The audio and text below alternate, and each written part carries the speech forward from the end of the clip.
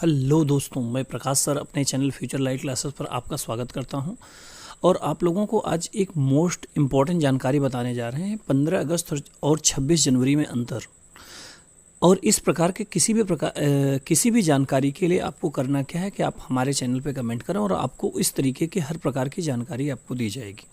आपको सबसे पहले तो ये बता दिया जाए कि 15 अगस्त और 26 जनवरी में सबसे पहला अंतर तो यही होता है कि 15 अगस्त 1947 को भारत आज़ाद हुआ था, जिसकी खुशी में ये हम मानते हैं कि आज़ाद हुआ था और इसीलिए इस उपलक्ष्य में यहाँ पे मनाया जाता है। जबकि 26 जनवरी 1950 का भारतीय संविधान पूर्ण रूप से लागू हुआ था, जिसकी वजह से यह 26 जनवरी मनाया जाता है। लेकिन मोस्ट इम्पॉर्टेंट ये नहीं है, कुछ और भी जानकारियां हैं जो इससे रिलेटेड हैं, जो मोस्ट इम्पॉर्टेंट है वो भी आपके लिए बताया जा रहा है। इसे देखें और समझें और आप ये कमेंट करें कि ये जानकारी आपको पहले से पता थी कि नहीं।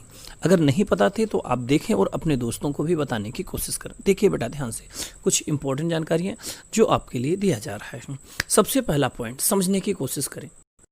चलिए मित्रों, हम आपको बताते हैं, समझने की कोशिश करें, जानते हैं एक रोचक तथ्य। सबसे पहले तो ये 15 अगस्त को स्वतंत्रता दिवस होता है और 26 जनवरी को गणतंत्र दिवस में झंडा फहराने में क्या क्या अंतर है। कई बार झंडा फहराने में भी अंतर होता है, ये चीज़ें आपको बताई जा रही है। तो सबसे पहली चीज़ ये है, देखिए ध्यान से, सबसे पहला अंतर यह है बेटा कि 15 अगस्त स्वतंत्रता दिवस के अवसर पर झंडे को नीचे से रस्सी द्वारा खींचकर ऊपर ले जाया जाता है। अगर आपने कभी देखा होगा तो फ्लैग इस तरीके से होता है, यहाँ से नीचे से रस्सी के थ्रू ऊपर लेके जाते हैं तो यहाँ पे फहराया जाता है ये तिरंगा। लेकिन और फिर वहीं पे क्या कर दिया जाता है कि इसे फहराया जाता है। ये तो आप लोगों ने देखा ही होगा। और जब उसे फहराया जाता है खोलकर तो इसे ध्वजारोहण कहा जाता है। क्या कहा जाता है? ध्वजारोहण कहा जाता है, क्योंकि 15 अगस्त 1947 ऐसी ऐतिहासिक घटना है और इसीलिए सम्मान देने हेतु ये काम किया जाता है। और सबसे पहला काम तो इसे प्रधानमंत्री ने किया था। किसने कहा था किया था? उस समय के हमारे पीएम जो थे पंडित नेहरू जी, पंडित जवाहरलाल नेहरू, जेल नेहरू, तो उन्होंने किया था, इसलिए ये काम किया था पंडित नेहरू ने। लेकिन संविधान में इसे अंग्रेजी में अगर बात करें तो ध्वजारोहण या फ्लैग होस्टिंग के नाम से जाना जाता है। तो एक चीज़ ध्यान रखें, 15 अगस्त को जो ध्वजारोहण होता है इसे फ्लैग होस्टिंग के रूप में माना जाता है और यह नीचे से ऊपर ध्वज को लिया जाता है और ऊपर से उसमें फूल छोड़ करके वहाँ पे फहराया जाता है। लेकिन 26 जनवरी इससे अलग होता है बेटा। अब 26 जनवरी में जो चेंजमेंट होता है उसमें क्या होता है? 26 जनवरी गणतंत्र दिवस के अवसर पर झंडा ऊपर ही बंधा रहता है, मतलब वो वहीं पे बंधा रहता है और वहीं पे क्या कर दिया जाता है, उसे खोल दिया जाता है और इसे फहराया जाता है। आगे क्या होता है? संविधान में इसे फ्लैग अनफ्लर्टिंग बोला जाता है, अनफर्लिंग, फ्लैग अनफर्लिंग बोला जाता है, झंडा फहराना कहा जाता है। सबसे पहला अंतर ये रहा। तो बेटा आपको ये जानकारी कैसी लगी इसके बारे में भी कमेंट करिएगा। दूसरा अंतर ये है कि 15 अगस्त के दिन प्रधानमंत्री जो कि केंद्र सरकार के प्रमुख होते हैं, कौन? प्रधानमंत्री जो केंद्र सरकार के प्रमुख होते हैं वो ध्वजारोहण करते हैं। और क्योंकि स्वतंत्रता के दिन भारत का संविधान लागू नहीं हुआ था, सबसे पहले ये ध्यान रखें।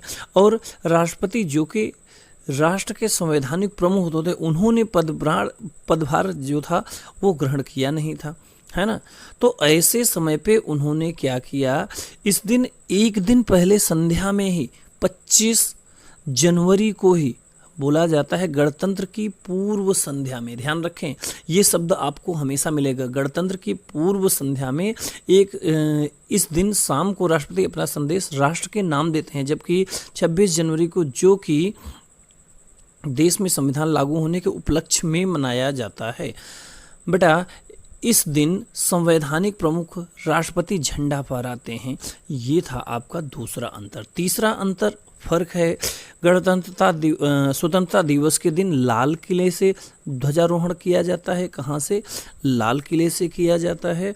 और जबकि गणतंत्र दिवस के दिन राजपथ पर झंडा फहराया जाता है। ठीक है बेटा, तो ये तीन अंतर थे, प्रमुख अंतर थे, 15 अगस्त और 26 जनवरी के अंतर्गत, है ना बेटा। आप लोगों को ये जानकारी कैसी लगी, इसके लिए आप लोग कमेंट करिए। बाकी आपको मिलते हैं अगले क्लास में और अन्य जानकारियों के साथ में। ऑल द बेस्ट एंड जय हिंद। जय हिंद दोस्तों। और 15 अगस्त की स्वतंत्रता दिवस की आप लोगों को ढेर सारी शुभकामनाएं।